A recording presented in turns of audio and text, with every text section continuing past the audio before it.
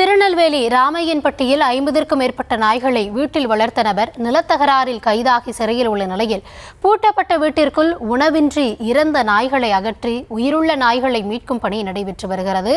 இது குறித்த விவரங்களோடு இணைகிறார் செய்தியாளர் ராஜா. ராஜா, எத்தனை நாளைக்கு இதே நிலை நீடித்தது? தற்பொழுது என்ன நடக்கிறது? முழுமையான விவரங்களை வழங்கலாம்.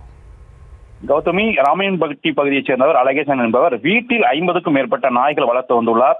இந்த நிலையில் கடந்த சில தினங்களுக்கு முன்பு நிலத்தகராறு தொடர்பாக அவர் கைது செய்யப்பட்டு சிறையில் அடைக்கப்பட்டுள்ளார். இந்த நிலையில் வீட்டுக்குள் சிக்கி தவித்த 50க்கும் மேற்பட்ட நாய்கள் சுமார் 20 நாட்களுக்கு மேலாக பட்டினியாக இருந்துள்ளது.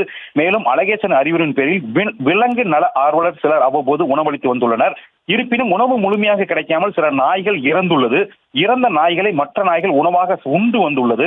இதனால் அந்த பகுதி முழுவதுமே துர்நாற்றம் ஏற்பட்டுள்ளது. மேலும் நாய்களை உடனடியாக அந்த பகுதியில் இருந்து அப்புறப்படுத்த வேண்டும் என வீட்டின் உரிமையாளர் மற்றும் அந்த பகுதியைச் சேர்ந்த பொதுமக்கள் கோரிக்கை வைத்தனர். தொடர்ந்து வீட்டின் உரிமையாளர் காவல் நிலையத்தில் புகார் அளித்துள்ள நிலையில் நாய்களை அப்புறப்படுத்தப்பட்ட தேவையான நடவடிக்கைகள் மேற்கொள்ளப்பட்டு வந்தது.